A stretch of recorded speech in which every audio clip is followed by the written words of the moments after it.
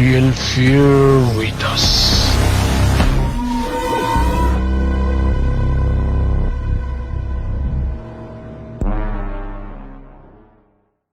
প্রিয় লিসেনার্স, আসসালামু আলাইকুম। Feel the real fear with us. সত্যিকারের ভয়ের অনুভূতি পেতে আফনান ধরওয়ার্ল্ডের সাথেই থাকুন। দেশ ও দেশের বাইরে যে যেখান থেকে আফনান ধরওয়ার্ল্ডের আজকের হরর নাইটের ৯৯তম আয়োজনের সাথে যুক্ত হচ্ছেন বা পরবর্তীতে হবেন, সকলকে জানাচ্ছি শুভেচ্ছা ও ভালোবাসা। আশা করি সবাই ভালো আছেন, সুস্থ আছেন। নদীমাতৃক এই বাংলাদেশের আনাচে কানাচে ছড়িয়ে ছিটিয়ে রয়েছে অসংখ্য নদীনালা। ঠিক তেমনি খাল বিলের সংখ্যাও কিন্তু কম নয়। অসংখ্য বিল কিন্তু বাংলাদেশের রয়েছে। আর বিল কেন্দ্রিক ঘটনাগুলো আমরা অনেক পাই, আগেও পেয়েছি, এখনো পাচ্ছি, ইনশাল্লাহ ভবিষ্যতেও পাব। বিল এমন একটি জায়গা যা বর্ষাকালে পানিতে পরিপূর্ণ হয়ে যায়, আর শুকনোর মৌসুমে অর্থাৎ শীতের সময়ে এটা শুকিয়ে যায়।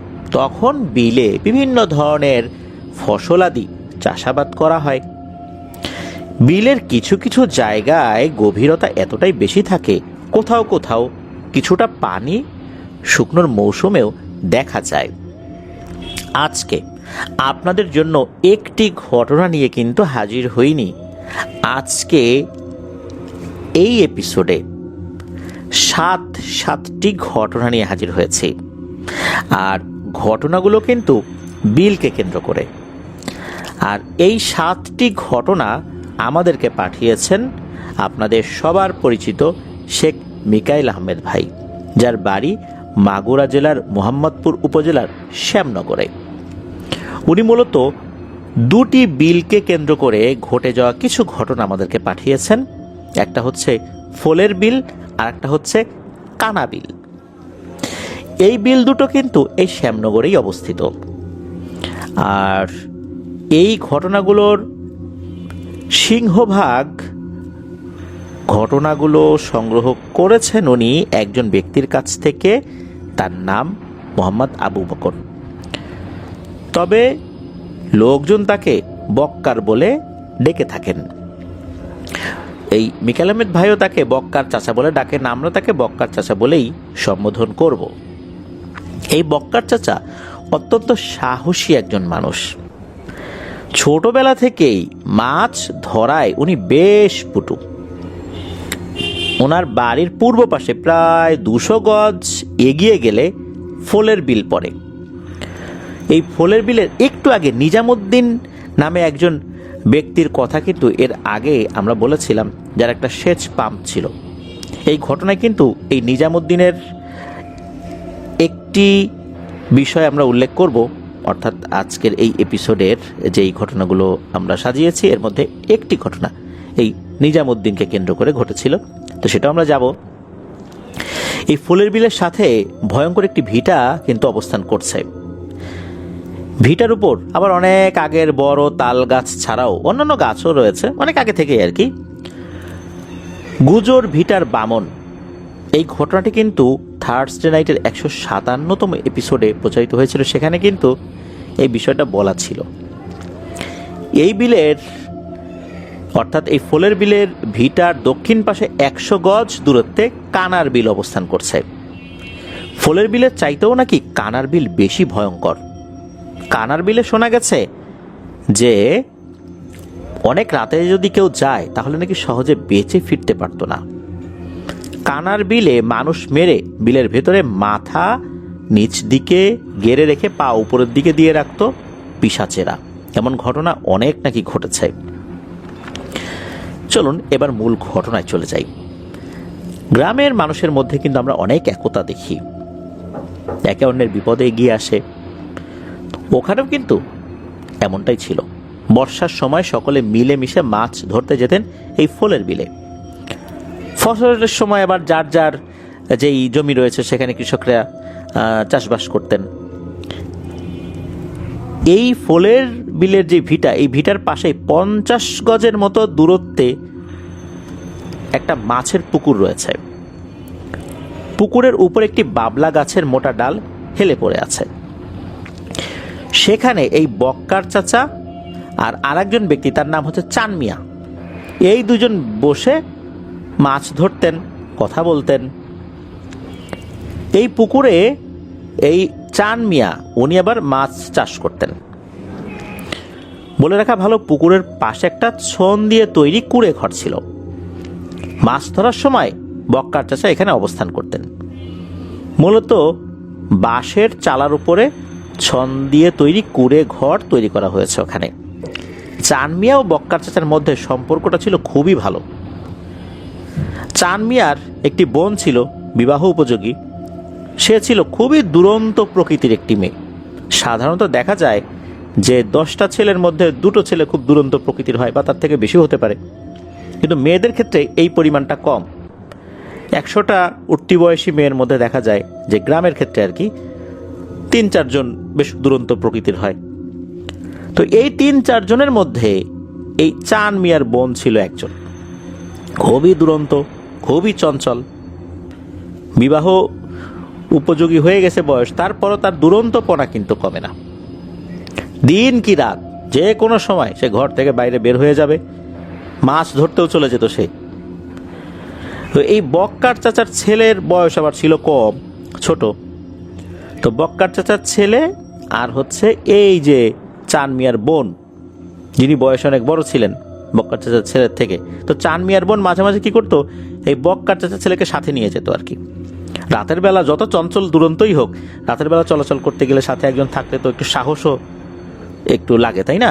তো এই চান মিয়ার বোন বক্কার চাচার ছেলেকে সাথে নিয়ে যেতেন। আর যখন রাতের বেলা এই চান মিয়ার বক্কার চাচা মাছ ধরার জন্য থাকতেন সেখানে, তো বক্কার চাচারও তো খাবার দাবারের দরকার হবে, এই চান মিয়ারও খাবার দাবারের দরকার হবে। তখন চান মিয়ার জন্য তার বোন খাবার নিয়ে যেত, তার বোন আবার ডাক দিত ওই বক্কার চাচার ছেলেকে। তখন দুজনে মিলে এই দুইজনকে খাবার দিয়ে আসতেন, আবার বাড়িতে চলে আসতেন। তো চলুন ঘটনা কি ঘটেছিল সেটাই চলে যাই। তো যে ঘটনাগুলো বলবো এর অধিকাংশই কিন্তু প্রায় 20 বছরের বেশি সময় আগে। 2003 সাল, তখনও কিন্তু বক্কার চাচা বিয়ে করেন নাই। একদিন রাত আনুমানিক 8টার মতো বাজে আর কি, এমন সময় উনি মাছ ধরতে গিয়েছেন ওই ফোলের বিলে। উনি তো আগে থেকেই মাছ ধরেন, ছোটবেলা থেকেই। যখন ওনার 8-9 বছর বয়স তখন থেকেই ওনার মাছ ধরার নেশা। আর মাছ ধরতে উনি যখন যান তখন উনি তো দেখতে পান যে বিলের পাশে থাকা যে ভিটা, এই ভিটাটা তো উনি দেখতেই পান আর কি। তো ভিটায় নাকি উনি দেখতে পেতেন যে বড় বড় আগুনের গোলা দূর থেকে এসে ওই ভিটার উপরে পড়ে হারিয়ে যেত। উনি কিন্তু ওগুলো দেখতেন, একটুও ভয় লাগতো না।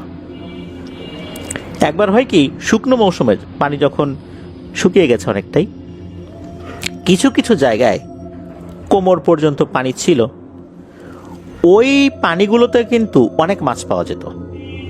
ওইটাই কিন্তু মাছ ধরার উত্তম সময়, যারা আসলে মাছ ধরেন। অল্প পানিতে অনেক মাছ তখন চলে আসে।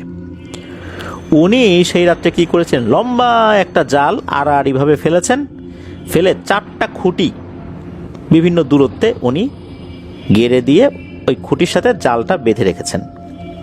মূলত পানির স্রোতে শোল মাছ, টাকি মাছ, কই মাছ এগুলো ওই ধরনের জালে বাঁধত বেশি। উনি জাল ফেলে দিয়ে ছনের ঘরে বসে বিড়ি ফুঁকছিলেন। ওনার আবার বিড়ি খাওয়ার বেজায় নেশা ছিল। আর মাছ ধরার অপেক্ষায় রয়েছেন। রাত তখন 8:30টারও বেশি বেজে গেছে। ঠিক তখনই এই চান মিয়ার পুকুরের উপর একটা জিনিস দেখেন যে এই যে চান মিয়ার বোন, যে একদম ছোট থেকে খুবই দুরন্ত, চান মিয়ার বোনের মতো কেউ একজন বসে আছে ওই পুকুর পাড়ে। তো জ্যোৎস্নার আলোয় উনি দেখেন শরীরে মনে হচ্ছে স্বর্ণের অলংকার পরা রয়েছে। পুকুরের পাড়ে পুকুরের পাড়ের একটা জায়গায় সে দাঁড়িয়ে আছে, অন্যদিকে মুখ ফিরিয়ে, মানে এমনভাবে মুখ ফিরে দাঁড়িয়ে আছে, সাইড থেকে হালকা দেখা যাচ্ছে আর চাঁদের আলোয় অলংকারগুলো চকচক করছে, দূর থেকে দেখা যাচ্ছে আর কি। উনি প্রথমে মনে করেছিলেন যে এই চান মিয়ার বোন গহনা পরে দাঁড়িয়ে আছে, তবে কারণটা কি? আর এত রাত্রে চান মিয়ার বোন ছাড়া এইখানে আর কারো আসার সাহস নাই, বিশেষ করে কোনো মহিলা মানুষের, যেহেতু ছোটবেলা থেকে সে আসতো। আর এই বক্কার ভাই তো উনি পরে বিয়ে করেছিলেন, মানে বক্কার সাথে তো পরে বিয়ে করেছিলেন। ওনার সন্তান যে খাবার দিয়ে যেত আর কি ওই চান মিয়ার বোনের সাথে এসে, বয়সে তো সে অনেক ছোট ছিল চান মিয়ার বোন থেকে, তো তখন তো আর বক্কার চাচা বিয়ে করেন নাই, তার ছেলেরও প্রসঙ্গ আর নাই তখন। তো ছোটবেলা থেকেই তো এই চান মিয়ার বোনের দিকে আসা যাওয়া করেন, কিন্তু সে তো কখনো এরকম স্বর্ণালঙ্কার পরে এখানে আসে না। আর রাতের বেলা সে ছাড়া এখানে কারো আসার সাহসও নাই, বিশেষ করে কোনো মহিলার, এটাও ওনার মাথায় আছে। কিন্তু এটা আসলে কে? হাব ভাব উচ্চতা, মানে ওই সময় আর কি তার যতটুকু উচ্চতা ছিল বয়স অনুযায়ী, তখনও তো তার বিয়ের বয়স হয় নাই আর কি। উনি চিন্তা করতেছেন কি ব্যাপার, এই মেয়েটা এইভাবে সাজুগুজু করে দাঁড়ায় আছে কেন? উনি দূর থেকে বলতেছে, এই এই তুই এখানে দাঁড়িয়ে আছিস কেন? বিয়ে শাদী করবি নাকি? কারোর সাথে ভেগে যাওয়ার পরিকল্পনা আছে নাকি রে? তোর তো বিয়ের বয়স এখনো হয় নাই। এই যা তাড়াতাড়ি বাড়িতে যা, তাহলে কিন্তু আমি চান মেয়েরা ডাকলাম। তো উনি মজা করে এরকম বলছিলেন আর কি। উনি চিন্তা করছিলেন যে ও হয়তোবা ডাক শুনে একটু ঘুরে তাকাবে, তারপর হয়তোবা তার আসার কারণ বলবে। এমনও হতে পারে যে সে বাড়ির থেকে সাজুগুজু করে এখানে এসে দাঁড়িয়ে আছে এমনিতেই, কিন্তু উনি মজা করে বলতেছেন আর কি, যেহেতু সম্পর্কে তার ভাতিজি হয়। কিন্তু এই মেয়ে তো পেছন দিকে ঘুরেও তাকায় না। এদিকে বক্কার চাচা একটা জিনিস চিন্তা করেন যে চান মিয়ার বোন এখানে আসলো, আল্লাহ না করুক কোনো একটা বিপদ আপদ না হয়, রাতের বেলা একা একা আসছে, এমনিতে আসছে সেটা ভিন্ন বিষয়, কিন্তু এরকম সাজুগুজু করে আসছে, কোনো একটা সমস্যা যদি হয়, এদিকে সম্পর্কে তো ভাতিজি হয়, উনি কি জবাব দেবেন? যেহেতু উনি দেখে ফেলেছেন, দেখে একটু কাছে যাই, মেয়েটাকে বুঝিয়ে শুনিয়ে বাড়িতে পাঠাই দিই। তো উনি ওদিকে এগিয়ে যাচ্ছেন, মানে ওই মেয়েটার দিকে, আর কথা বলতে বলতে এগিয়ে যাচ্ছেন। এই তুই কথা বলিস না কেন রে? এদিকে তাকাস না কেন? এভাবে দাঁড়া আছিস কেন উল্টা দিকে ফিরে? উনি এগিয়ে যাওয়ার একটা পর্যায়ে মনে করেন, আচ্ছা এটা কোনো পিশাচ টিশাচ না তো, মিলের মধ্যে তো এরকম রূপ টুপ ধরে দাঁড়ায় থাকতে পারে। ওই চিন্তা করেই উনি আবার ঘুরে গিয়ে ওই ছনের ঘরের ভিতর থেকে একটা কাঁচি হাতে নিয়ে বের হয়েছেন। ওনার মাথায় কিন্তু ওই সময় ওই সেন্সটা হঠাৎ করে কাজ করেছিল, যার কারণে উনি আবার ঘুরে গিয়ে কাঁচি হাতে নিয়ে বের হয়েছেন। এরপর আবার কথা বলতে বলতে এগিয়ে যাচ্ছেন। এই কিরে, তুই এখনো দাঁড়ায় আছিস, বাসায় যাস না? আমি এত ডাকতেছি তুই শুনতে পাস না? এই বলতে বলতে যখন একদম কাছাকাছি চলে গেছেন, তখনই ঘটে ভয়ঙ্কর ঘটনা। ওই সময় ওই মেয়েটা বক্কার চাচার দিকে ঘুরে তাকায়। ঘুরে তাকিয়ে সে এমন বিদঘুটে ভাবে খিলখিল করে হেসে দেয়, এই হাসি শোনার সাথে সাথে ওনার তো কলিজা ফেটে যাওয়ার উপক্রম হয়। আর তখন এই হাসির সাথে এমন একটা ভয়ঙ্কর জিনিস উনি দেখেছিলেন, যা দেখার জন্য উনি মোটেও প্রস্তুত ছিলেন না। উনি দেখেন ওই মেয়েটার মুখের ভেতর থেকে আগুন বের হচ্ছে। অনেকটা আমরা সিনেমায় যেরকম দেখি যে ড্রাগনের মুখের ভিতর দিয়ে আগুন বের হচ্ছে, মনে হচ্ছে ওই রকম ভাবে আগুন বের হলো। এইটা দেখার সাথে সাথে উনি দুই চোখ বন্ধ করে ফেলেন। 5 সেকেন্ডের মতো উনি চোখ বন্ধ করেছিলেন, এরপর চোখ খুলে দেখেন যে ওই অবয়বটা আর নাই। উনি দ্রুত দৌড় দিয়ে সেই ছনের যে কুড়ে ঘর ওর ভিতরে গিয়ে বসে পড়েন আর বিড়ি জ্বালিয়ে টানছেন আর ভাবছেন যে এটা কি দেখলাম আমি। উনি ভেবেছিলেন যে এতটুকুই দেখেছেন, ঘটনা শেষ, কিন্তু না। ওনার কাছে মনে হলো যে কোন একটা শব্দ বাইরে থেকে আসছে। হতে পারে যে ওখানে চান মিয়া আসছে, এইটা দেখার জন্য উনি আবার ওই কুড়ে ঘরের দরজাটা ফাঁকা করে বাইরের দিকে তাকিয়েছেন। উনি তখন দেখতে পান চান মিয়ার পুকুরের উপরে যে বাবলা গাছটা, যেটা কথা আমরা শুরুর দিকে বলেছিলাম যে একটা ডাল ওই পুকুরের উপরের দিকে ঝুলে আছে বা ঝুলে থাকে আর কি, সেই ডালের উপর ওই যে অবয়বটা একটু আগেই ভয়ঙ্করভাবে হেসে দিয়েছিল, ওই অবয়বটা ঠিক একই রকম শাড়ি স্বর্ণালঙ্কার পরা, উল্টো দিকে ঘুরে 2 পা ওই ডালের উপর ঝুলিয়ে বসে আছে আর গুনগুন করে গান গাচ্ছে। তবে কণ্ঠস্বরটা স্বাভাবিক মানুষের মতোই আর কি, ওরকম ভয়ঙ্কর না। আর এর চুলগুলো মনে হচ্ছে অনেক বড় বড়, চুলগুলো এত বড় যে ওই ডাল থেকে চুল ঝুলে পানি স্পর্শ তো করেছে, পানির উপরও চুলগুলো ভেসে আসছে, এমন একটা অবস্থা।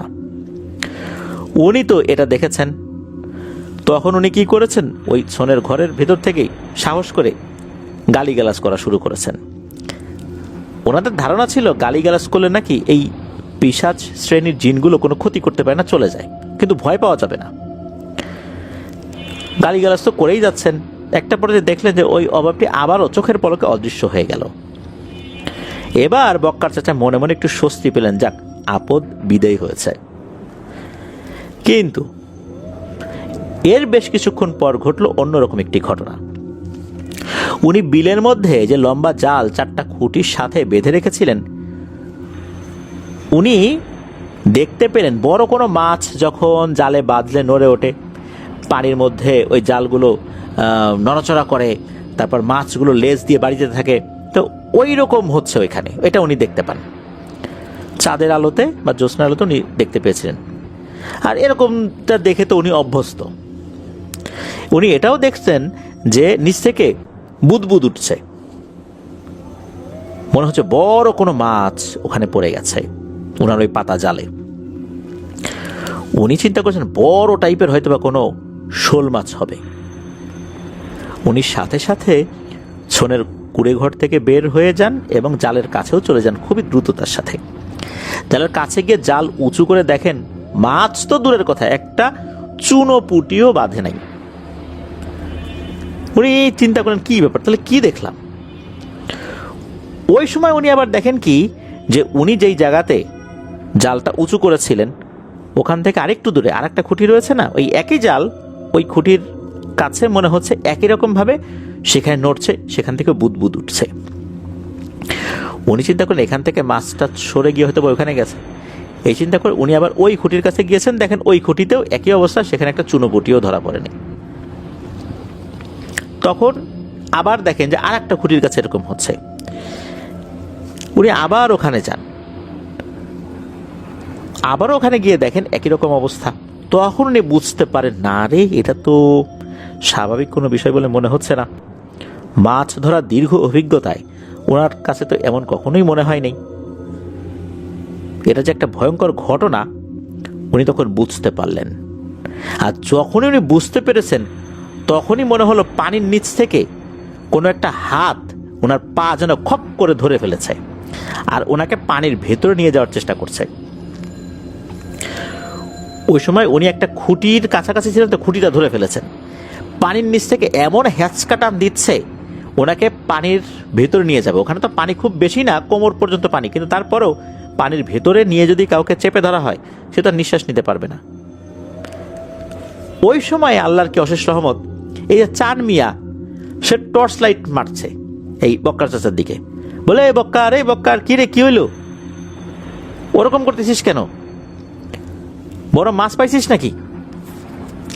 তখন আবার ওই বক্কার চাচা বলে, এই তুই তাড়াতাড়ি এদিকে আয়, অনেকক্ষণ ধরে তোর বোনের সুরত ধরে আমাকে ভয় দেখানোর চেষ্টা করতেছিল একটা পিশাচ জিন, তুই তাড়াতাড়ি আয়, আমাকে এখন পানির মধ্যে নিয়ে গেল। তো এই কথা যখনই বলেছেন সাথে সাথে তো ওই যে চান মিয়া উনি দৌড়ে চলে এসেছেন পানির ওইটুকু গভীরতায়। যখনই নেমে ওনাকে টাচ করেছেন সাথে সাথে এই বক্কার চাচার কাছে মনে হলো যে ওই হাতটা তাকে ছেড়ে চলে গেল। বক্কার চাচা উনি তো উপরে ওঠেন, চান মিয়াকে ধন্যবাদ জানান যে আল্লাহর অশেষ রহমতে তুই যদি এখন না আসতেই আমার এখন কি পরিণতি হইতো তা আল্লাহ ছাড়া আর কেউ জানে না। আর সব ঘটনা খুলে বলেন যে কিভাবে ওনার বোনের সুরত ধরে এভাবে এসেছিল, মনে করছেন যে তারই বোন। উনি বলতেছেন যে আমার বোন তো ঘরে ঘুমায়, ও আজকে সন্ধ্যার পরপরই ঘুমায় পড়ছে, আর এই জন্য আমি রাতের বেলা একবারে খাওয়া দাওয়া শেষ করে আসলাম, যেহেতু রাতের বেলার খাবার দিতে কেউ আসবে না, এই জন্য আমি খাওয়া দাওয়া করে আসছি, দেরি হয়ে গেছে। তখন এই চান মিয়া উনি একটা বুদ্ধি দেন যে তুই কি গালিগালাজ করছিলি? তখন ওই বক্কার চাচা বলেন যে আমি এই গালিগালাজ করছিলাম।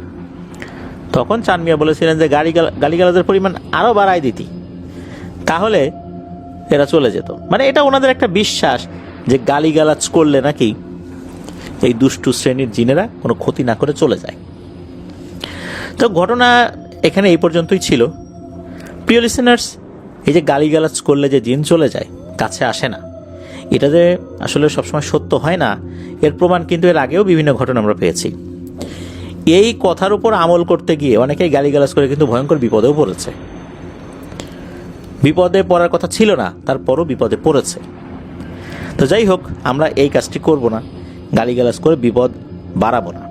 চলুন এবার চলে যাই পরের ঘটনায়। এই ঘটনাটি ঘটেছিল নিজাম ভাইয়ের সাথে, যার সেচ পাম্প রয়েছে। আমরা শুরুতে বলেছি নিজাম ভাইয়ের একটি ঘটনা রয়েছে, তো নিজাম ভাইয়ের ঘটনাটি আমরা বলে শেষ করি, এরপরে আবার বক্কার চাচার ঘটনায় যাব। তবে নিজাম ভাইয়ের সাথে ঘটনাটি ঘটলেও ঘটনাটি কিন্তু আবার বলেছেন বক্কার চাচা, সেই হিসাবে এই এপিসোডের সবগুলো ঘটনাই বক্কার চাচা বলেছেন আর কি। তো ঘটনাটি আসলে কোন সালে ঘটেছিল এইটা বক্কার চাচা নির্দিষ্ট করে বলতে পারেন নাই। তো ফসলের মৌসুমে এই নিজাম ভাই উনি তো মানুষদেরকে ভাড়ায় পানি সেচ দিতেন আর কি, মানে ওনার সেচ পাম্প দিয়ে পানি দেবেন, ওই জমির মালিক ওনাকে কিছু একটা টাকা দিবেন বা ফসল দিবেন, এরকম একটা চুক্তি হতো। একদিন সন্ধ্যার পর একটা ফসলের জমিতে পানি দেওয়ার দায়িত্ব পড়েছেন এই নিজাম ভাইয়ের ঘাড়ে। তো নিজাম ভাই সন্ধ্যার পরে ফসলের জমিতে কতটুকু পানি দেওয়া হয়েছে সেটা দেখার জন্য ওই ফুলের বিলের সেচ পাম্পের কাছে গিয়েছেন। নিজাম ভাই তখন একাই গিয়েছিলেন। পাম্পের কাছে যাওয়ার কিছুক্ষণ পরে নিজাম ভাইয়ের কানে ওই ফুলের বিলের পাশে থাকা একটা ভিটার ভেতর থেকে কান্নার আওয়াজ ভেসে আসতে থাকে, মনে হচ্ছে কোনো বাচ্চা কান্নাকাটি করছে। নিজাম ভাই পরক্ষণে দেখার জন্য সেচ পাম্প থেকে ভিটার উপরে কে কাছে সেটা দেখতে গিয়েছেন। নিজাম ভাই ওখানে গিয়ে দেখতে পান একটা বাচ্চা, কালো কুচকুচে অবয়ব, বয়স 8 থেকে 9 বছরের মতো হবে। তো ভিটার উপরে থাকা একটা শেওড়া গাছের নিচে দাঁড়িয়ে ফুপিয়ে ফুপিয়ে কান্না করছে। তো নিজাম ভাই ওই বাচ্চা অবয়বটাকে উদ্দেশ্য করে বলছে, কে তুমি, কি হয়েছে তোমার, বাড়ি কোথায়, তুমি এখানে দাঁড়িয়ে কান্নাকাটি করছো কেন?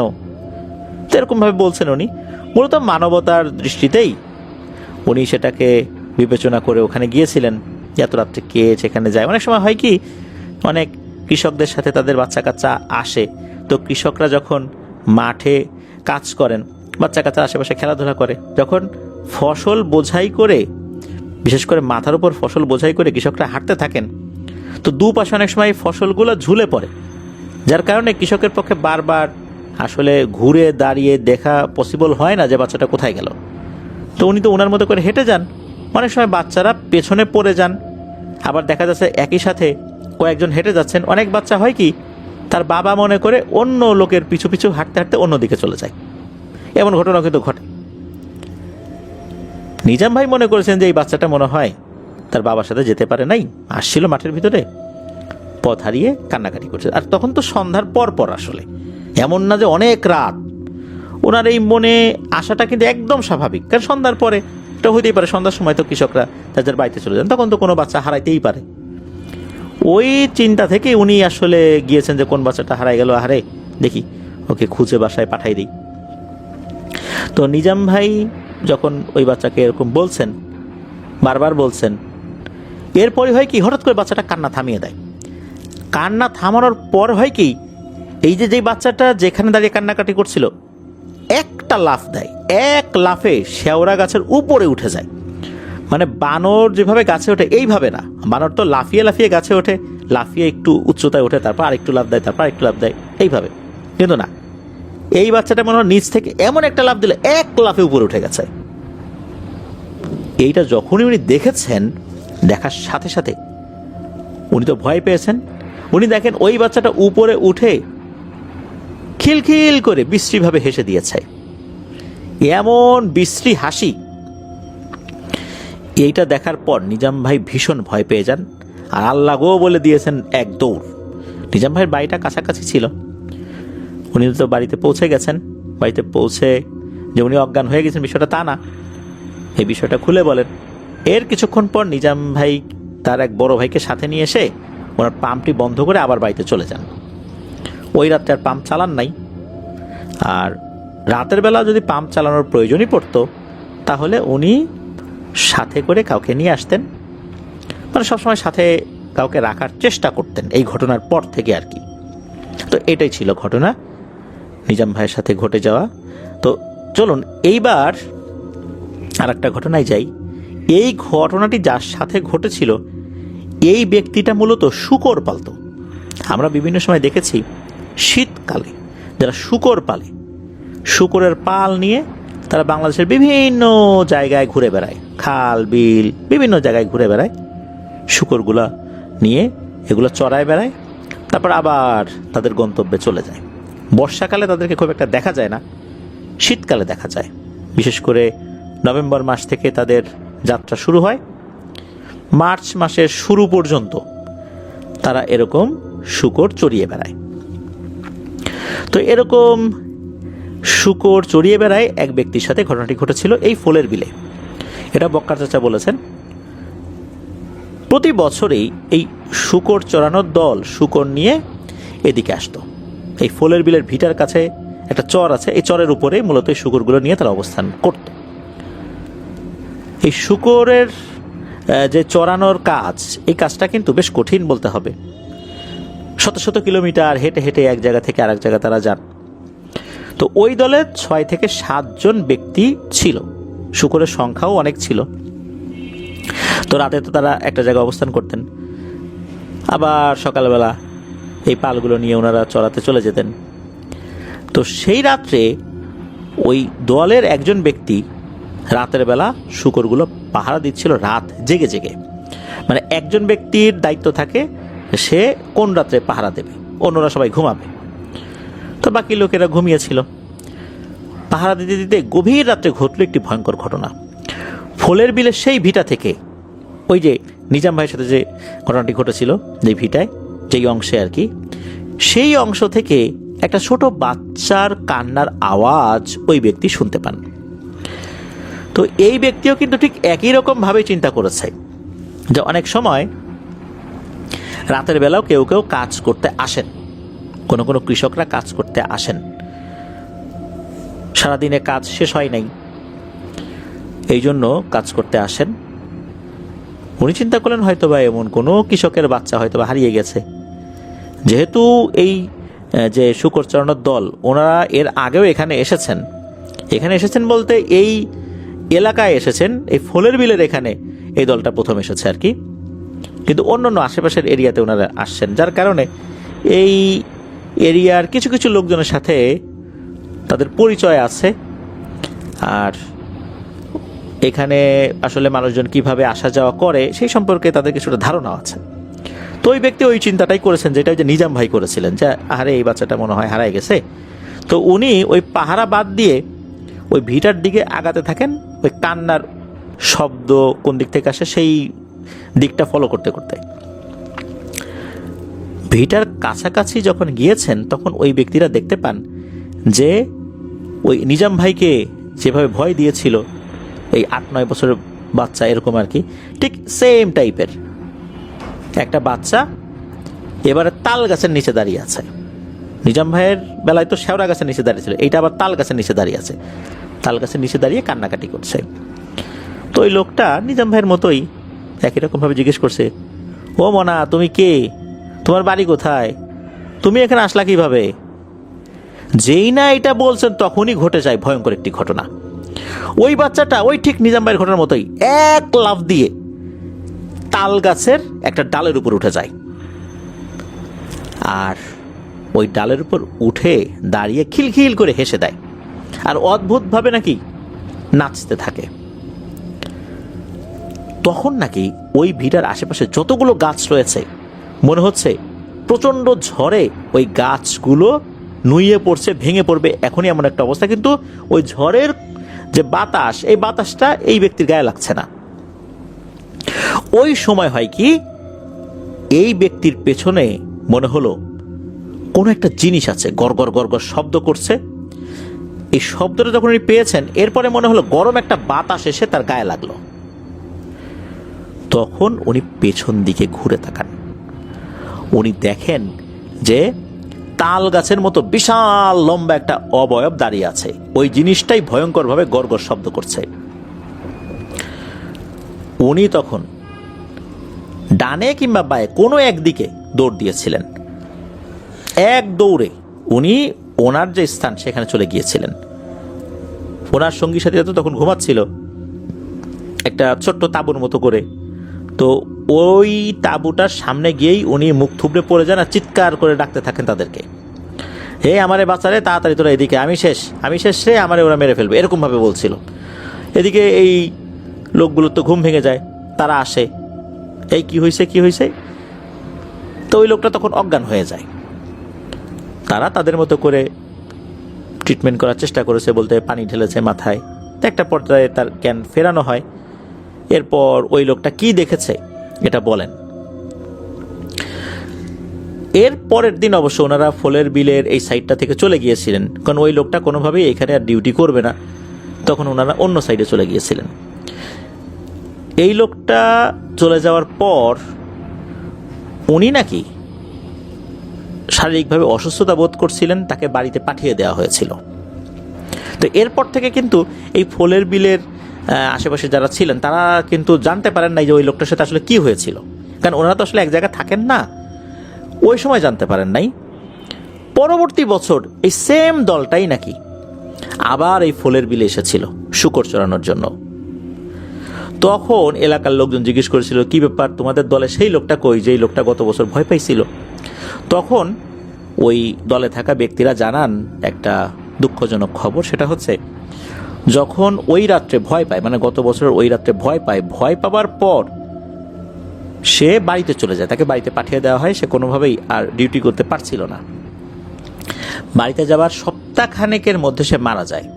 তার নাকি জ্বর এসেছিল, কোনোভাবেই জ্বর ভালো হচ্ছিল না। সে তার মতো করে ঝাড়ফুঁক করিয়েছিল, তার পরিবাররাও বিভিন্ন জায়গায় নিয়ে গিয়েছিল এই সময়ের মধ্যে, কিন্তু সে আর বাঁচে নাই।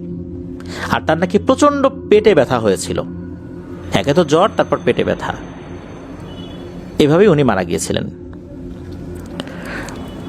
এই লোকটার ঘটনা শুধু বক্কার চাচা না, ওই এলাকার অনেকেই নাকি জানেন যে এই শুকরপালা এই ব্যক্তির সাথে কি ঘটনা হয়েছিল আর কি। নিজাম ভাই তো আল্লাহর রহমতে বেঁচে গিয়েছিলেন, কিন্তু এই ব্যক্তিটা এতটাই ভয় পেয়েছিলেন যে উনি আর আসলে বাঁচতে পারেন নাই।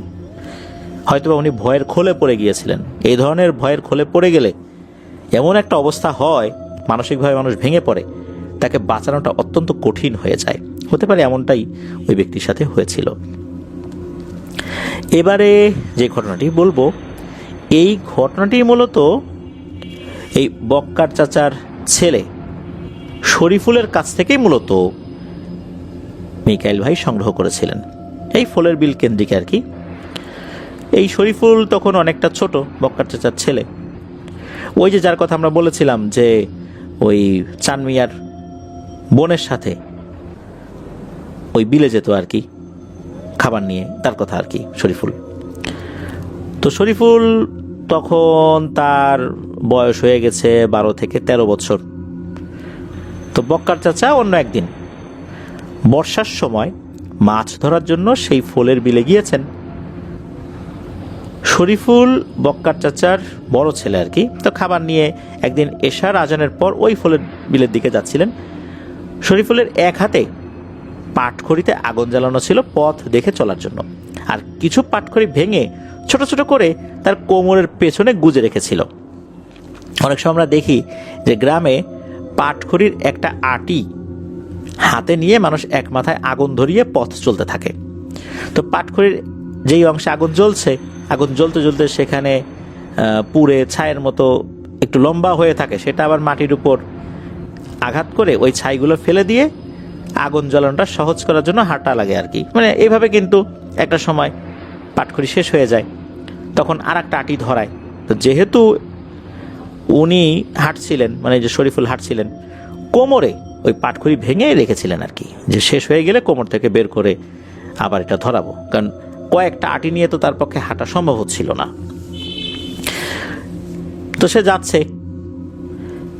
পাটখড়ির আগুন নিভে যাওয়ার আগে আবার ওই কোমর থেকে কিছু পাটখড়ি বের করে আগুন জ্বালায়, চলছে, এভাবেই চলছে সে। আগুন দেখলে আবার জিনভূত কাছে আসতে পারে না, এটাও তার একটা আত্মরক্ষার একটা কৌশল ছিল আর কি। এদিকে তার বাবাকে খাবার দিতে হবে, অর্থাৎ এই বক্কার চাচাকে খাবার দিতে হবে। সে এক হাতে আগুন আর এক হাতে খাবার নিয়ে সামনে আগাচ্ছে। তখনই ঘটে এই শরীফুলের সাথে একটি ভয়ের ঘটনা। শরীফুল যখন তার বাবার খাবার নিয়ে, অর্থাৎ বক্কা চাচার খাবার নিয়ে নিজাম ভাইয়ের সেচ পাম্প পার হবে, ঠিক তখনই দেখতে পায় শরীফুলের মাথার উপর দিয়ে একটি নারী মূর্তি তার শরীরে, অর্থাৎ তার শরীরে স্বর্ণালঙ্কার পেঁচানো রয়েছে। অদ্ভুত সব স্বর্ণালঙ্কার, এটা সচরাচর দেখা যায় না, এমন টাইপের একটা স্বর্ণালঙ্কার মনে হচ্ছে শরীরে পেঁচানো। আর তার চেহারাটা মনে হচ্ছে আগুনের অবয়ব। লোহা যদি আগুনে পোড়ানো হয় একটা পর্যায়ে লোহা কিন্তু লাল টকটকে হয়ে যায়, মনে হচ্ছে তার চেহারাটা এইরকম লাল টকটকে, ভেতর থেকে জ্বলছে এরকম একটা। ওই জিনিসটা করলো কি, শরীফুলের কাছাকাছি এসে আবার মনে হলো ডিগবাজি দিয়ে কোন দিকে যেন চলে গেল, মানে উড়ে উড়ে এসে উড়ন্ত অবস্থায় একটা ডিগবাজি দিয়ে অন্যদিকে চলে গেল। মনে হলো যে ওই আগুনের কারণে সে কাছে আসতে পারেনি। তো শরীফুল এটা দেখে তো ভয় পায়। সে এবার চিন্তা করে যে আচ্ছা, আমি ভুল কিছু দেখলাম নাকি বড় সাইজের কোনো পাখি এদিকে আসছে, আগুন দেখে ভয় পেয়ে চলে গেছে, নাকি আমি কি দেখলাম। সে কিছুটা ভয় পেয়েছে, তারপরও সে এক পা দু পা করে তার বাবার কাছে যাওয়ার জন্য এগোতে থাকে। এবার শরীফুল দেখতে পায় বেশ কিছুটা দূরে ওই ফুলের বিলের ভিটার কাছাকাছি 4টা হারিকেনের আলো দেখা যাচ্ছে। হাতে হারিকেন আছে এটাও বোঝা যাচ্ছে, আর আলোর সাথে 7টা অবয়ব, সাদা অবয়ব মনে হচ্ছে শরীফুলের দিকে এগিয়ে আসছে। তো এটা দেখে শরীফুল মনে মনে খুশি হয় যে যাক, 4 জন ব্যক্তি পাওয়া গেল, এদের কাছে এই গল্পটা বলবো যে এরকম একটা বড় পাখি না কি অবয়ব দেখছি। তো ওই অবয়বগুলো তো শরীফুলের দিকে এগিয়ে আসছে, শরীফুলও ওই দিকে এগিয়ে যাচ্ছে। এই দুইজনদের দূরত্ব কিন্তু কমে যাওয়ার কথা, কিন্তু না, মনে হচ্ছে শরীফুল যত সামনে এগোচ্ছে এগুলো শরীফুলের দিকে আগালেও এরা মনে হচ্ছে পেছাচ্ছে, অথচ এদের কিন্তু পেছানোর কথা না, এদের কিন্তু সামনে আগানোরই কথা। তো বেশ কিছুক্ষণ হাঁটার পর মনে হচ্ছে এগুলোর পেছাচ্ছে। তখন শরীফুলের মনে একটু খটকা লাগে যে এগুলো কি সাধারণ আলো নাকি অন্য কিছু। তখন সে চিৎকার দিয়ে কাঁদো কাঁদো কণ্ঠে তার বাবাকে ডাকতে থাকে, আব্বা আব্বা বলে ডাকতে থাকে। এখন এদিকে হয় কি, এই যে ওনার বাবা, উনি এই শব্দটা শুনতে পেয়েছেন যে কিরে, এ তো শরীফুলের গলা, আমার তো খাবার নিয়ে আসার কথা, নিশ্চয়ই খাবার নিয়ে আসছে, কোন একটা বিপদে পড়ে গেছে। আর ওই দিকে আর একটা ঘটনা ঘটে, সে যে তার বাবাকে ডাকছে ওই সময় তার গায়ে একটা গরম বাতাস লাগে। তখন আচমকাই চমকে উঠেছেন শরীফুল এই গরম বাতাসের ধাক্কা পেয়ে। উনি তখন খেয়াল করেন, আরে এ আমি কোথায়, আমি তো একটা জায়গায় ছিলাম, এখন মনে হচ্ছে আমি তো এই রাস্তায় নাই, অন্য একটা জায়গায়। তখন আবার কে যেন তার মাথার পেছন থেকে ধরাম করে মারে একটা থাপ্পড়, আর তার মাথা তখন ঝিমঝিম করতে থাকে। পেছন দিকে ঘুরে দেখেন কেউ নাই। আর তখন তার কাছে থাকা সব পাটখড়িও শেষ, কারণ পাটখড়ি যতটুকু কোমরে গুজে এনেছিল ধরাতে ধরাতে কিন্তু একটা পর্যায়ে শেষ হয়ে যাবে, এটাই স্বাভাবিক। আর শেষ অংশটাও তখন কিন্তু আগুনে জ্বলে প্রায় শেষ হয়ে গেছে। আর ওই যে হারিকেনের আলোর সাথে যে অবয়বগুলো উনি দেখেছিলেন সেটাও এখন আর দেখা যাচ্ছে না। আগুনগুলো শেষ হয়ে গেলেই ভয়ঙ্কর কোনো একটা বিপদ হয়ে যাবে, এটাও বুঝতে পারছেন। আগুন আস্তে আস্তে কমে যাচ্ছে, আস্তে আস্তে তার হাতের কাছে আগুন চলে আসছে, হাতে প্রচণ্ড তাপ লাগছে, এখনই এগুলো ফেলে দিতে হবে এমন একটা অবস্থা। আর ফেলে দিলে আগুন নিভে যাবে, তখন তার কি অবস্থা হবে এই চিন্তা করছেন আর আল্লাহকে ডাকছেন। ওই সময় কে যেন পেছন থেকে খপ করে তার হাত চেপে ধরে আর বলে, এই তুই এদিকে আসলি কিভাবে? যখনই হাত চেপে ধরেছে, কথা বলেছে, তখন তো এই শরীফুলের হাত থেকে পাটখড়িগুলো পড়ে যায়। তবে সে তাকিয়ে দেখে এটা আর কেউ না, এটা তার বাবা, মানে অর্থাৎ বক্কার চাচা। তখন তার বাবা বলে যে তুই এদিকে চলে আসলি, আমি তো ডাক শুনছি, তখন তোকে আমি খুঁজতেছি, আমি দেখি যে তোর হাতের আগুন অনেক দূরে এখান থেকে, আমি তো বুঝে ফেলছি ঘটনাটা কি হয়েছে, আমি তো দৌড় দিছি, আর এসে তখন আমি তোকে ধরলাম। তুই কোন দিকে চলে যাচ্ছিলি? ওইদিক তো ভয়ঙ্কর বিপদ। আমি বুঝতে পারছি কোনো পিশাচ তোকে তাড়া করছিল বা কোনো পিশাচ তোর পিছু নিয়েছিল, এটাই তো ঘটনা। তখন শরীফুল বলে হ্যাঁ এটাই ঘটনা। তখন শুরু থেকে বলে যে আসলে কি কি হয়েছিল। তারপর এই বক্কার চাচা তার ছেলে শরীফুলকে সাথে নিয়ে উনি যেখানে থাকতেন সেখানে নিয়ে যান। আর বক্কার চাচা বলেন যে আমি বেশিক্ষণ আর থাকবো না, চলে যাবো, চলে একসাথেই চলে যাই। তো এরপর দুজন আবার একসাথে বাড়িতে চলে আসেন। বাড়িতে আসার সময় আর কোনো ভয়ের ঘটনা ঘটে নাই। পরের দিন বক্কার চাচা তার ছেলে শরীফুলকে ঝাড়ফুঁক করিয়েছিলেন স্থানীয় একজন হুজুরের কাছ থেকে। তা আল্লাহর রহমতে আর কোনো সমস্যা হয় নাই। তো শরীফুল জানিয়েছেন যে এই ঘটনার কথা মনে পড়লে এখনও তার শরীর কেঁপে ওঠে, যে ওই রাত্রে ওই সময় তার বাবা যদি না আসতেন কি একটা অবস্থা হতো। আল্লাহর অশেষ রহমত ছিল ওনার বাবা চলে এসেছিলেন। এটাই শরীফুল ভাই বলেন যে আসলে ওই রাতে কিভাবে যে বেঁচে গেছেন আল্লাহর অশেষ মেহেরবানি আর কি। আসেন এবার আমরা চলে যাই পরের ঘটনায়। আমরা তো এতক্ষণ ফলের বিলের ঘটনা শুনলাম, এখন আসেন আমরা একটু কানাবিলের ঘটনা শুনে আসি। কানাবিল তো ফুলের বিলের পাশেই। তো এটাও যথারীতি বক্কার চাচা বলেছেন মিকেল ভাইকে। ওই ফুলের বিলের দক্ষিণ পাশে এই কানাবিলের অবস্থান। কানাবিলে কালু নামের একজন ব্যক্তির সাথে ভয়ের ঘটনা ঘটেছিল। এই কালুর বাড়ি হচ্ছে এই বক্কার চাচাদের ঠিক 3 বাড়ি পরেই। বক্কার চাচা আর কালুর বাবা এই দুইজন তো প্রতিবেশী। এই দুইজনের সাথে সম্পর্কও ছিল দারুণ। সুখ দুঃখের সব কথা দুজনে আলোচনা করতেন, একে অন্যের সমস্যা এগিয়ে আসতেন। মূলত এই কালুর বাবাই বক্কার চাচাকে ঘটনাটি বলেছিল। কালুর বাবাও কিন্তু একজন কৃষক, চাষবাস করতেন। এই কালু মানে এই কালু যে ছেলেটা, এ ছিল খুবই বেপরোয়া একরোখা জিদি প্রকৃতির একটা ছেলে। আবার বেশ মাথা মোটাও ছিল, মানে বুদ্ধি শুদ্ধি ছিল কম। কালু লেখাপড়া বাদ দিয়ে সারাদিন টো করে ঘুরে বেড়াতো। আর খাবারের সময় হলেই বাড়িতে চলে আসতো। বাড়িতে এসে খাওয়া দাওয়া করে আবার বেরিয়ে যেত। সারাদিন ঘুরে বেড়ানো, খেলাধুলা করা, তাস খেলা, এগুলোই ছিল তার কাজ। তার বাবা তো ছেলের এহেন কর্মকাণ্ডে মারাত্মক ক্ষুব্ধ ছিল যে আমি খেটে মরি সারাদিন, আর এরকম একটা ধামলা ছেলে কোনো কাজ করে না, গায়ে হাওয়া লাগিয়ে ঘুরে বেড়ায়, এটা কি ঠিক? অনেকবার বকাঝকা করেও ছেলের কাজে কর্মে কোনো পরিবর্তন আনতে পারে নাই। সারাদিন তাস খেলতো, ঘুরে বেড়াতো, গভীর রাত্রে বাড়িতে আসতো। খাওয়া দাওয়া তার ঠিক মতো চাই। খাওয়া যদি এলোমেলো হতো তাহলে কিন্তু কালু আবার চেতে যেত, মানে রেগে যেত খুব, কেন তার জন্য খাবার নাই। একদিন বিকেলবেলা কালুর বাবা মাঠের কাজ শেষ করে বাড়িতে এসে কালুর কথা জিজ্ঞেস করছে তার মায়ের কাছে।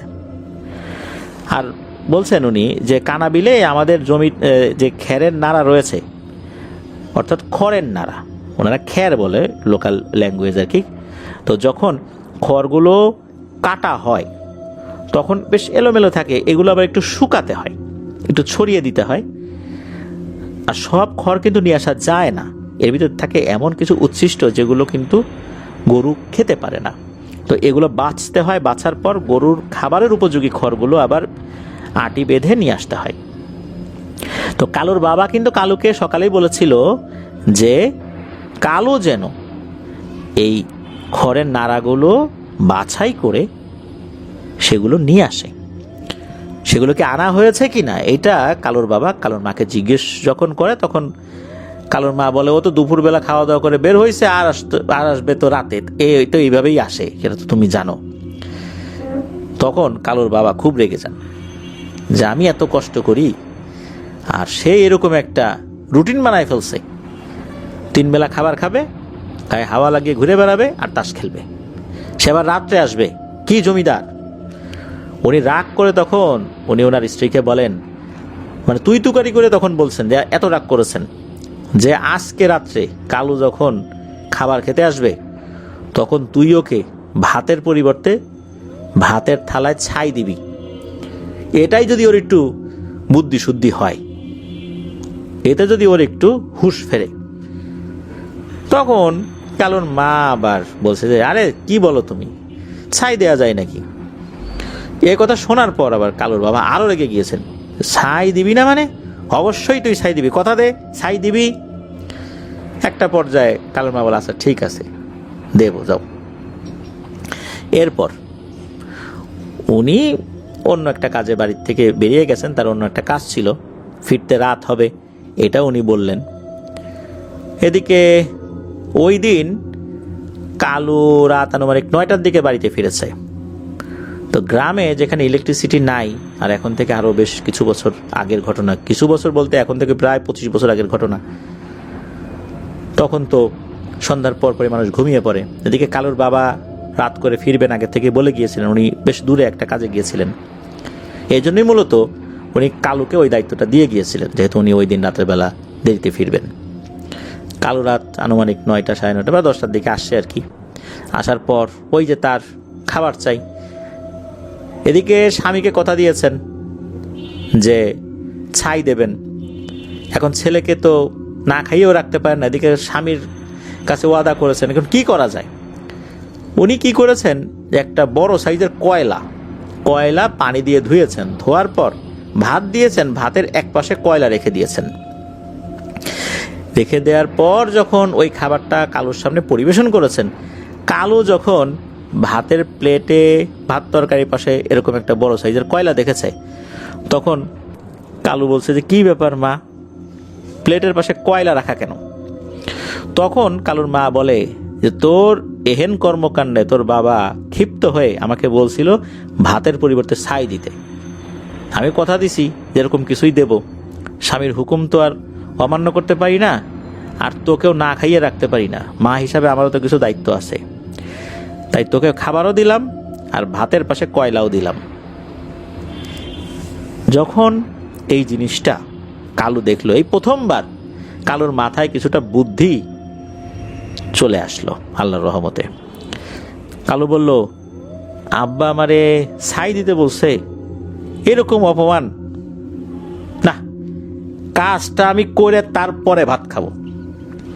এই বলে ভাতের প্লেট ওখানে রেখে হাতে একটা কাঁচি নিয়ে সে রওনা দিয়েছে। তো কালুর মা বলছেন যে এই খেয়ে যা, তখন কালু বলছেন না, আমি কাজটা করে এসে তারপর খাবো, তার আগে খাবো না। আমি চললাম যেখানে আমাদের ঘর আছে ওই কানাবিলের দিকে। এই কথা বলে সে হনহন করে কানাবিলের দিকে হাঁটা ধরেছে আর বলতেছে যে ভাতের পরিবর্তে ছাই, এত বড় অপমান, এই অপমান তো আমি সহ্য করব না, কাজ করেই তারপর খাবো, এখন থেকে কাজ করব, যাও, মানে এরকম বলতেছে আর সে হাঁটছে। কালুর মা উনি দেখলেন যে ছেলে তো কাজ করতে চলে গেল এত রাতের বেলা, যাক, যেহেতু কাজের প্রতি তার একটা আগ্রহ জন্মেছে, কাজ তো সে কিছুই করে না। কালু সে কিন্তু ঠিক মতোই কানাবিলে চলে গেছেন। কানাবিলে যাওয়ার পর দেখে যে ঠিক যেখানে তাদের ওই খড়ের নাড়াগুলো রাখা ছিল সেগুলো সেখানে আছে। সে হাত দিয়ে বাছা শুরু করেছে। কিছুক্ষণ বাছাবাছি করার পর কালু একটা জিনিস দেখতে পায়। সে দেখতে পায় কালু যেই পাশে ওই নাড়াগুলো বাছাবাছি করছে তার থেকে কিছুটা দূরে একটা কালো কুচকুচে লম্বা অবয়ব, কোনো লম্বা জিনিস যদি মাটিতে বসে তাহলেও কিন্তু বোঝা যায় যে সে দাঁড়ালে কতটুকু উচ্চতা হবে। এটা বেশ লম্বা, এতটুকু কালো বুঝতে পারে। লম্বা কালো কুচকুচে একটা অবয়ব বসে কালোর মধ্যে একই রকম ভাবে ওই নাড়াগুলো বাজছে।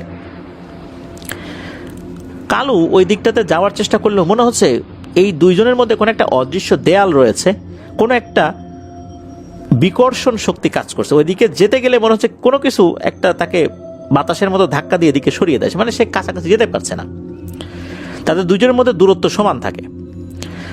কালু তখন দূর থেকে বলে ওঠে, এই কিডা রে তুই, তুই নাড়া বাঁচতেছিস কেন? এগুলো তো আমাদের নাড়া, তা আমাদের নাড়া তুই বাঁচিস কেন? ফাজলামি করতেছিস আমার সাথে, তা দূর হয় এখান থেকে।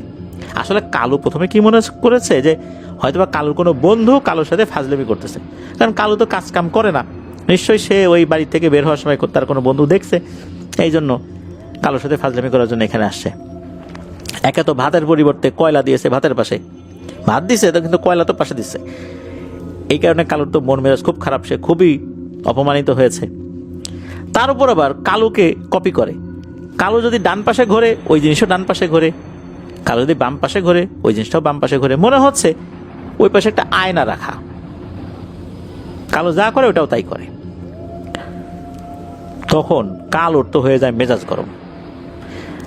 কালু বলে যে দাঁড়া রে, আমি এই কাশিটা নিয়ে তোকে আমি সাইজ করতেছি। এইবার সে কাঁচি খুঁজতে থাকে, তখন পাশে তাকিয়ে দেখে ওই জিনিসটা তাকে আর কপি করছে না, ওই জিনিসটা কালুর থেকে কিছুটা দূরে একটা আইলের উপর দাঁড়িয়ে আছে, এবং আইলের উপর দাঁড়িয়ে হাত পা নাড়িয়ে মনে হচ্ছে তাকে ভেঙচি কাটছে, তাকে উত্তেজিত করতেছে, আর এক ধরনের গড় গড় গড় গড় শব্দ করছে।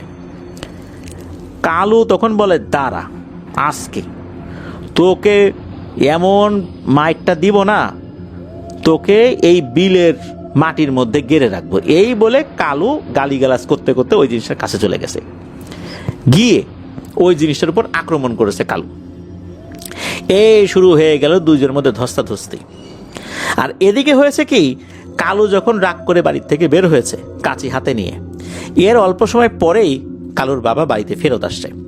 বাড়িতে ফেরত এসে বলে, এই তোমার ছেলে কই? তখন কালুর মা বলে যে, তোমার কথা মতো তো ওকে দিছিলাম কয়লা, ভাতও দিছি কয়লাও দিছি, কিন্তু কয়লা দেখার পর মনে হলো যে সে খুব অপমানিত হয়েছে, সে রাগ করে হাতে কাছে নিয়ে বলতেছে আমি কানাবিলে যাব, এই খড়ের নাড়াগুলো নিয়ে এসে তারপর খাবো। এই কথা যখনই কালুর বাবা শুনেছে, উনি বলে যে, সর্বনাশ, তুমি ওরা যাইতে দিলা? হায় হায় রে, আমার ছেলেরে তো এখনই মেরে ফেলবে রে। এই তোরা কে কোথায় আসিস, তাড়াতাড়ি চল, আমার ছেলে মনে হয় আর নাই। কালুর বাবা কিন্তু জানতেন যে ওই কানাবিলে রাতের বেলা গেলে কি পরিণতি হতে পারে। উনি তো চিৎকার চেঁচামেচি শুরু করেছে, আশেপাশের বাড়ি থেকে 3-4 জন লোক চলে আসে। তারা যে যার মতো হাতে বেশ কেউ লাঠি নিয়েছেন, কেউ কাঁচি নিয়েছেন, কেউ দা নিয়েছেন, আর সবাই হারিকেন নিয়েছেন, নিয়ে সবাই দৌড়ানো শুরু করেছেন ওই কানাবিলের দিকে। আর কালুর বাবা উনি বলতেছেন, যাহারে আমার ছেলেটারে মনে আর বাঁচাতে পারলাম না রে, ছেলেটারে আমি আর দেখতে পারলাম না। ছেলে যতই অপরাধ করে, আসলে ছেলের প্রতি তার দরদ অনেক ছিল, এটাই বোঝা যাচ্ছে। তো উনি তো কান্নাকাটি করছেন, সাথে লোকজন বলছে, আরে তুমি আল্লাহকে ডাকো এবং দ্রুত আমরা যাই, আল্লাহর ইচ্ছায় কিছু হবে না। উনি দূর থেকে আবার চিৎকার করে বলছে, এ বাবা কালু, ভয় পাস না, আমরা চলে আসছি রে, ভয় পাস না। এদিকে কালুর সাথে কিন্তু ধস্তাধস্তি তখন কিছুটা সময় হয়েছে আর কি। ওই দিকে হয় কি, ওনারা যখন কাছাকাছি আসেন, ওনারা কিন্তু ওই সময় যতটুকু চাঁদের আলো ছিল, ওনারা দেখতে পাচ্ছিলেন যে কালু আছে, কালুর মনে হচ্ছে যে কেউ একজন আছে ওইখানে, আর ওইটার সাথে আর একটা লম্বা কিছু আছে, মনে হচ্ছে দুইটা ধস্তাধস্তি করতেছে। একবার একটা এর শরীর উপরে উঠে বসে, একটা ওর শরীর উপরে উঠে বসে, এরকম ধস্তাধস্তি করতেছে। এদিকে ওনারা চিৎকার চেঁচামেচি করতে করতে আগাচ্ছেন যে, কালু কালু, আমরা চলে আসছি, ভয় নাই রে তোর। তখন নাকি ওই অবয়বটা কালুকে বলে ওঠে, কালু রে, আজকের মতো বাইসে গেলি, লোকজন চলে আসছে, নাইলে তোকে যে কি করতাম, আমাকে তো চিনিস না। এই বলে নাকি ওই জিনিসটা চলে যায়। আর কালুর বাবা সহ অন্যান্য লোকও দেখে একটা লম্বা জিনিস কোথায় যেন দৌড় দিয়ে মিলিয়ে গেল। অন্ধকারে তো আর অত কিছু দেখা যায় না, তবে কিছুটা মনে হয়েছে আর কি তাদের কাছে। তো কালুর কাছে গিয়ে দেখে যে কালুর শরীরের অবস্থা খুবই খারাপ, মনে হচ্ছে খুব হাঁপিয়ে গেছে। সবাই যখন কালুর কাছে যায়, কালুকে জিজ্ঞেস করে যে কি হয়েছিল রে? তখন কালু বলে যে এই ঘটনা। তখন কালুর বাবা বলে, তুই তো পিশাচের খপ্পরে পড়ছিলি, আর একটু হলেই তো শেষ, আল্লাহর রহমতে আমরা ঠিক সময় চলে আসছি। তখন কালু বলতে থাকে যে হ্যাঁ, এটাই হবে হয়তোবা, কেন না কালু নাকি যখন ওই অবয়বটাকে কিল ঘুষি মারছিল, মনে হচ্ছে তুলোর বস্তার উপরে সে কিল ঘুষি মারছে, এমনটাই তার কাছে মনে হচ্ছিল আর কি। তো এরপরে আল্লাহর রহমতে তেমন কোনো সমস্যা হয় নাই। সকালবেলা কালুকে ঝাড়ফুঁক করানো হয়েছিল, ওরকম জ্বর টরও কিছু আসে নাই, ঠিক হয়ে গেছিল, আর কোনো সমস্যা হয় নাই আর কি। তবে 1 সপ্তাহ একটা আমল দিয়েছে, একটা তদবির দিয়েছিলেন আর কি, ওইটা করতে বলেছিলেন। এটাই ছিল এই ঘটনাটা। তো এবার চলে যাই পরের ঘটনায়। তো এই ঘটনাটি ঘটেছিল এই বক্কার চাচার আপন বড় ভাইয়ের সাথে 90-এর দশকের কোন একটা সময়। তো তখন তো চারপাশে অনেক খাল বিল নদ নদী ছিল, এখন তো অনেকটাই শুকিয়ে এসেছে। গ্রাম এলাকায় তখন আমরা অনেক ধরনের নালা দেখতে পেতাম আর কি। আর ওই সময়ে কানাবিল পার হয়ে এই বক্কার চাচাদেরকে বাজারে যেতে হতো। বাজার থেকে বক্কার চাচাদের বাড়ির দূরত্ব প্রায় 1 থেকে 1.5 কিলোমিটার মতো ছিল। তেমনই এক সময় বক্কার চাচার বড় ভাই একদিন হাটের দিন বাজারে গিয়েছেন বিকেলবেলা বাজার করতে। কানাবিল পার হয়ে চলে গিয়েছেন। সেদিন বাজার করতে করতে বেশ দেরি হয়ে যায়, অর্থাৎ সন্ধ্যা পার হয়ে গেছে। গ্রামের সন্ধ্যা মানে কিন্তু অনেক রাত, সন্ধ্যার পর পেতে লোকজন খেয়ে দিয়ে শুয়ে পড়ে, বিশেষ করে এই ধরনের একদম নির্জন গ্রামগুলোতে যেখানে ইলেকট্রিসিটিও নাই। অন্যান্য দিন বাজার থেকে ফেরার সময় বক্কার চাচারা এলাকার কারো না কাউকে তো আসলে পেয়ে যাবেন, এটাই স্বাভাবিক, পেতেনও। তবে ওই দিন আর উনি পান নাই। কানাবিল পার হওয়ার সময় অবশ্যই সবাই একত্রে পার হতেন, কয়েকজন লোক মিলে, কারণ কানাবিলে যেহেতু প্যানোরামার সমস্যা আছে এটা সবাই করলে জানতেন, এই জন্য সবাই একসাথে আসার চেষ্টা করতেন। কিন্তু ওই দিন আসলে বক্কার চাচার বড় ভাইয়ের এমনই কপাল খারাপ ছিল, একটা লোকও উনি সাথে পান নাই। বাধ্য হয়ে বক্কার চাচার বড় ভাই বাজার থেকে একাই কানাবিল পাড়ি দিয়ে বাড়িতে আসার সিদ্ধান্ত নিয়েছেন। তো বাজারের যে ব্যাগ, এই ব্যাগের ভিতরে কিছু নদীর ছোট ছোট মাছ আর মোটামুটি মাঝারি সাইজের একটা রুই মাছ উনি কিনে বাড়িতে ফিরছিলেন, আর টুকিটাকি বাজার ছিল। তো বক্কার চাচার বড় ভাই উনি আবার এক প্যাকেট বিড়িও কিনে নিয়েছিলেন। চিন্তা করলেন যে কানাবিলের ভিতর দিয়ে যাব, বিড়ি টানতে টানতে যাই। উনি ওইভাবেই আসছেন বিড়ি টানতে টানতে নিরুপায় হয়ে। কানাবিলের কাছে এসে এই বক্কার চাচার বড় ভাইয়ের শরীরটা কেমন যেন মনে হচ্ছে ভারী হচ্ছে, আস্তে আস্তে মনে হচ্ছে কোনো একটা অজানা ভয় তাকে গ্রাস করার চেষ্টা করছে। বক্কার চাচার বড় ভাই তারপরও উনি ওনার মতো করে একটার পর একটা বিড়ি টেনেই যাচ্ছেন, সাহস করে এগিয়ে যাচ্ছেন। এই কানাবিলের পাশে আবার খণ্ড খণ্ড জমি আছে, এলাকার মানুষেরা চাষাবাদ করেন আর কি। তখন ছিল এই মুসুরির ডাল চাষের মৌসুম, প্রায় ফসলের জমিতে তখন মুসুরি ক্ষেত, মুসুরি বেশ বড় বড় হয়েছে। তখন কানাবিলে কিন্তু পানি ছিল না। একটা পর্যায়ে এই বক্কার চাচার বড় ভাই সন্ধ্যার এতে বেশ কিছু তো পর হয়ে গেছে, তখন তো অন্ধকার হয়ে গেছে চতুর্দিকে একদম। ওই সময় হঠাৎ করে বক্কার চাচার বড় ভাইয়ের মনে হলো পেছন থেকে বাজারের থলিতে কে যেন একটা থাবা দিল। প্রথমে বক্কার চাচার বড় ভাই এটা পাত্তা না দিয়ে সামনের দিকে আগাতে থাকে। এবারও মনে হলো পেছন থেকে কেউ থাবা দিল, আর কে মনে হচ্ছে টেনে ধরেছে, কেউ টেনে ধরেছে ওই ব্যাগের নিচের অংশটা, টেনে ধরলো আবার ছেড়েও দিল। এটা কিন্তু উনি বুঝতে পারলেন মূলত এটা যে কোনো দুষ্টু জিনের কাজ, মাছ খাওয়ার লোভ জেগেছে তার মধ্যে, এটা উনি বুঝতে পেরেছেন। এটা যে স্বাভাবিক কিছু না, এটা বোঝার মতো তার যথেষ্ট বুদ্ধি ছিল যে কানাবিলে এই টাইপের ঘটনা ঘটতে পারে, যেহেতু উনি একা। উনি আবার কি করেন, পেছন দিকে ঘুরে তাকিয়েছেন। উনি দেখলেন যে অস্বাভাবিক আকৃতির বেশ বড় সাইজের একটা বিড়াল, তার চোখ দুটো জলজল করছে। আর এই বিড়ালটা কি করছে, সামনের দু পা উঠিয়ে ক্যাঙ্গারুর মতো দাঁড়িয়ে আছে।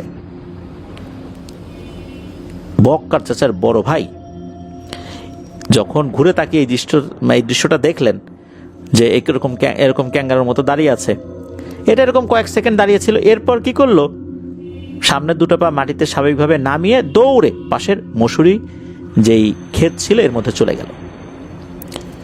এরপর বক্কার চাচার বড় ভাই কি করলেন, বাজারের ব্যাগ সহ শরীরের সমস্ত শক্তি সঞ্চয় করে দৌড় দিয়েছেন বাড়ির দিকে, কারণ ওখান থেকে বাড়িটা দেখা যায়। যদিও বা প্রায় আধা কিলোমিটার দূরত্বে বাড়িটা রয়েছে, বাড়িতে যে হারিকেন জ্বলছে অনেক দূর থেকেও কিন্তু হারিকেন আলো দেখা যায়, ওটা দেখে উনি বুঝতে পেরেছেন ওইটাই তার বাড়ি। আর তখনই ঘটলো এক অদ্ভুত রকমের ঘটনা। বক্কার চাচাদের বাড়ি আসলে যেখানে বড় বড় দুটো ক্ষেত, এই ক্ষেতগুলো অনেক বড় ছিল, ওই দুটো ক্ষেত পাড়ি দিলেই মূলত তাদের বাড়ি। উনি আর বাড়ির দিকে পৌঁছাতে পারছেন না, মনে হচ্ছে যে উনি সোজা যাচ্ছেন, তারপরও বাড়ির পথ উনি হারিয়ে ফেলছেন। উনি এই যে দৌড়াচ্ছেন কোনোভাবেই উনি আর আগাচ্ছেন না, ওনার মনে হচ্ছে যে উনি ঠিক একই জায়গায় রয়েছেন। উনি ওইখান থেকেই বক্কার চাচাকে ডাকতে থাকেন, এই বক্কার, এই বক্কার, এইভাবে উনি ডাকছেন। প্রথম দিকে তো ভয়ে ওনার গলা দিয়ে কোনো কথাই বের হচ্ছিল না। আর যেহেতু দৌড়াদৌড়ি করেছেন, অনেক সময় মানুষ ভারী কিছু যদি টানতে থাকে বা দৌড়াদৌড়ি করতে থাকে, হঠাৎ করে কিন্তু তারা কথা বলতে পারেন না, একটু সময় লাগে, একটু স্বাভাবিক হয়ে তারপর কথা বলতে পারেন। উনি যখন ডাকাডাকি করেছেন ওই সময় কি হয়েছে যে এই ডাকটা প্রথমে শুনেছেন হচ্ছে বক্কার চাচার ওয়াইফ। উনি তখন বলছেন যে এই দেখো তো, তোমাকে ডাকে না, তোমার বড় ভাইয়ের ডাক না, আমার কাছে তো মনে হচ্ছে তোমার বড় ভাই ডাকতেছে। তখন বক্কার চাচা বলেন হ্যাঁ তাই তো, নিশ্চয়ই কোনো একটা বিপদে পড়ছে। ওই সময় আবার চাচি চাচাকে খাবার খাওয়াচ্ছিলেন, মানে প্লেটে খাবার বেঁধেছেন, ওই সময় ডাকটা শুনেছেন। প্রথম শুনেছেন চাচি। উনি খাবার খাওয়া বাদ দিয়েই ওই শব্দটা কোন দিক থেকে আসছে ওই জিনিসটা চিন্তা করে ওই দিকে দৌড় দিয়েছেন। উনি আবার ওনার পাশে থাকা হারিকেনটা নিয়েই দৌড় দিয়েছিলেন। এদিকে দূর থেকে বাড়ি থেকে একটা হারিকেন বের হয়ে আসতে উনি দেখেছেন। দেখার পর উনি আর দৌড়াদৌড়ি করেন নাই, ওইখানে দাঁড়িয়ে গেছেন। উনি বলছেন যে এই এদিকে আয়, এদিকে আয়, আমি বিপদে পড়ছি রে, তাড়াতাড়ি এদিকে আয়। তখন দূর থেকে বলছেন যে ও বড় ভাই কি হয়েছে? তখন উনি বলছেন যে আচ্ছা বলবো সব, আয় এদিকে আয়, একটু কাছে আয়। তখন অল্প সময়ের মধ্যেই বক্কার চাচা তার বড় ভাইয়ের কাছে চলে আসেন, বলেন কি হয়েছে? তখন বক্কার চাচা উনি শুনতে পান যে ঘটনাটা আসলে কি, আর এটাও বুঝতে পারেন এটা কানা ভুলোতে ধরেছিল তাকে। এরপর দুই ভাই মিলে বাড়িতে চলে আসেন। যখন বাড়িতে আসেন তখন দেখতে পেলেন এই বাজারের ব্যাগে যে মাছ ছিল, রুই মাছটার মাথা রয়েছে আর শরীরের কিছুই নেই। অন্যান্য মাছ যেগুলো ছিল সেগুলোর শুধু মাথা পড়ে রয়েছে ব্যাগের মধ্যে, বাকি অংশ নাই। আর টুকিটাকি যে বাজারগুলো ছিল সেগুলো ঠিকঠাক আছে। ওই বাজারের একটা কিছু ওনারা ধরেন নাই, ওই ব্যাগ সমেত ওনারা বাড়ির বাইরে ফেলে দিয়েছিলেন। আর ওই রাত্রেই বক্কার চাচার বড় ভাইকে ওই যে গ্রামীণ যে চিকিৎসা যেগুলো ভয় পেলে দেওয়া হয়, গরম পানি করে তাতে লোহা ডুবিয়ে লবণ গুলিয়ে সেই পানি খাওয়ানো হয়েছিল এবং সেই পানিতে গোসল করানো হয়েছিল অন্য পানির সাথে ওই পানিটা মিশিয়ে। আল্লাহর রহমতে ওনার সাথে আর কোনো ধরনের কোনো সমস্যা হয়নি। এবারে একদম শেষ ঘটনায় চলে আসি। এই ঘটনাটা মূলত বক্কার চাচার বাবা উনি বলেছিলেন বক্কার চাচাকে। এটা অনেক আগের ঘটনা, এটা মূলত একটা উপদেশ বাণী ছিল, একটা ছোট ঘটনার মাধ্যমে একটা মেসেজ দিতে চেয়েছিলেন বক্কার চাচার বাবা বক্কার চাচাকে। তো ওই সময় মানে অনেকদিন আগের কথা, তো ওই এলাকাতে নাকি একজন লোক ছিল, সে একটু পাগল পাগল টাইপের লোক ছিল আর কি। ফুল পাগল না, মানে আধা পাগল বা আধা পাগল থেকেও কিছুটা বেশি। মানুষের সাথে কথাবার্তা বলতে পারতো আর কি, কথাবার্তা এলোমেলো ছিল, কখনো কখনো বলতো মানুষের সাথে কথাবার্তা স্বাভাবিকভাবে বলতো, তবে সেই রকম কন্ডিশনটা তার ছিল কম, অধিকাংশ সময় একটু সে বেশি পাগলামি করতো। একদিন হয়েছে কি যে এই পাগলটা, তার নামটা জানা যায় নাই, তো এই পাগলটা অনেক রাতের বেলা কোনো একটা জঙ্গলের ভেতর দিয়ে আসছে। তো আসার সময় ওই জঙ্গলের কোনো একটা গাছে একটা পিশাচ বসেছিল। ওই পিশাচটা চিন্তা করেছে পাইছিরে একটা লোক, এর এখন ভয় দেখাই। প্রথমে পিশাচটা কি করেছে, গাছের উপর থেকে ছোট ছোট ঢিল ছুটছে।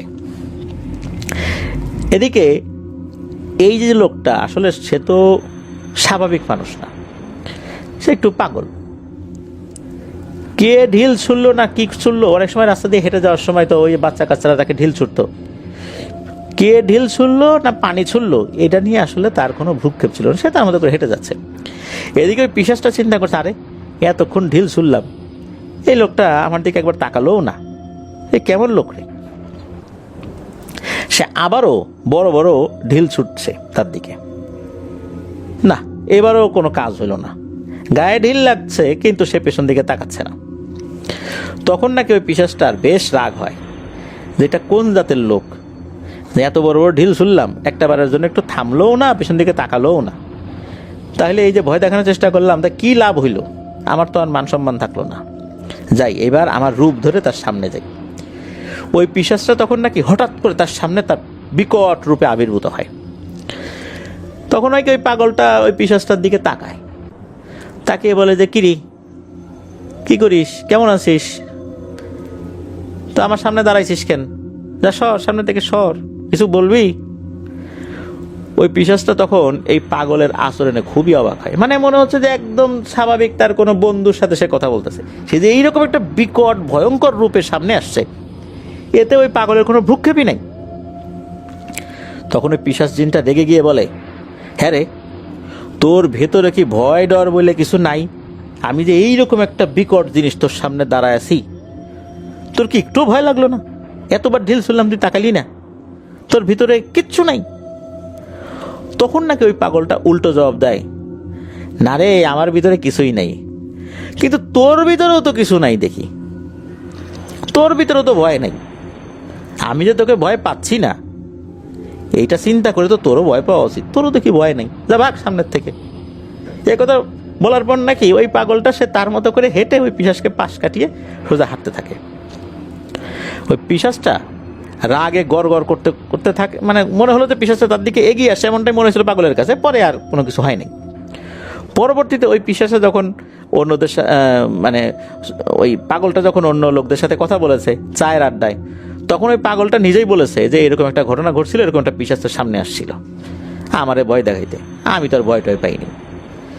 কার চেহারা বিকট, কার চেহারা ভালো, এটা নিয়ে আমার অত মাথা ব্যথা নাই, আমি ভয় পাই না, আমার ভিতর ভয় নেই। তো এই পাগল এই ঘটনা বলেছিল, আর এই ঘটনাটা এই বক্কার চাচার বাবা উনি ওই পাগলের মুখেই শুনেছিলেন।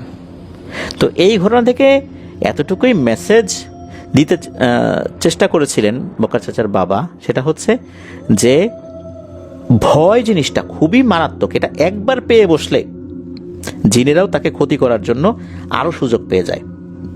কেউ যদি ভয় একবার পেয়ে যায় তাহলে ভয় থেকে তার শরীরের ভিতরে থাকা বিভিন্ন শক্তিগুলো যেটা আল্লাহ আমাদেরকে দিয়েছেন সেগুলোর ভারসাম্য অনেকটা কমে যায়, আর তখনই এই দুষ্টু জিনগুলো মানুষকে আরো বেশি করে পেয়ে বসে।